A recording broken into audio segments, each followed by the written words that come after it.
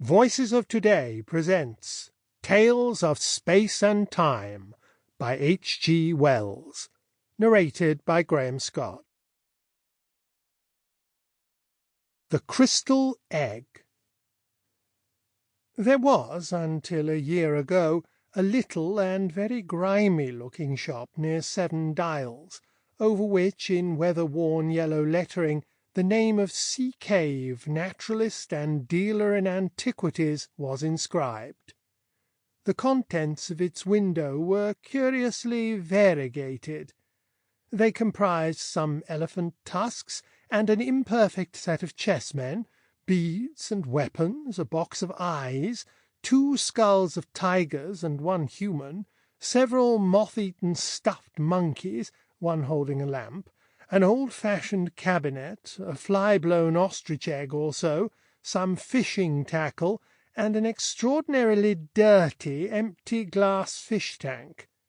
There was also, at the moment the story begins, a mass of crystal worked into the shape of an egg and brilliantly polished.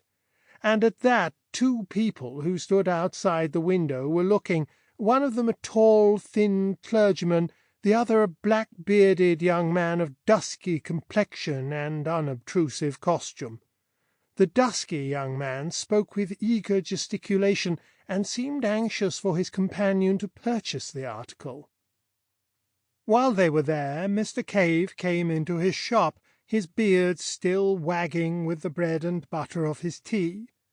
When he saw these men and the object of their regard, his countenance fell. He glanced guiltily over his shoulder and softly shut the door. He was a little old man with pale face and peculiar watery blue eyes. His hair was a dirty grey, and he wore a shabby blue frock coat, an ancient silk hat, and carpet slippers very much down at heel. He remained watching the 2 men as they talked. The clergyman went deep into his trouser pocket, examined a handful of money, and showed his teeth in an agreeable smile. Mr. Cave seemed still more depressed when they came into the shop. The clergyman, without any ceremony, asked the price of the crystal egg. Mr. Cave glanced nervously towards the door leading into the parlour, and said £5. The clergyman protested that the price was high, to his companion as well as to Mr. Cave.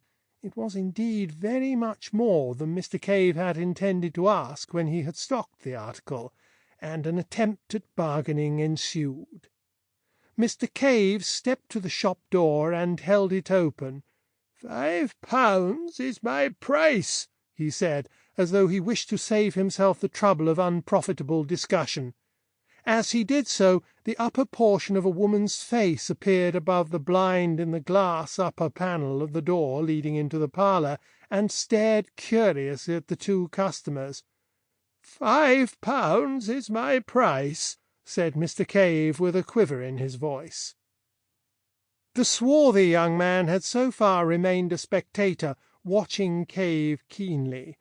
Now he spoke. "Give him £5, he said.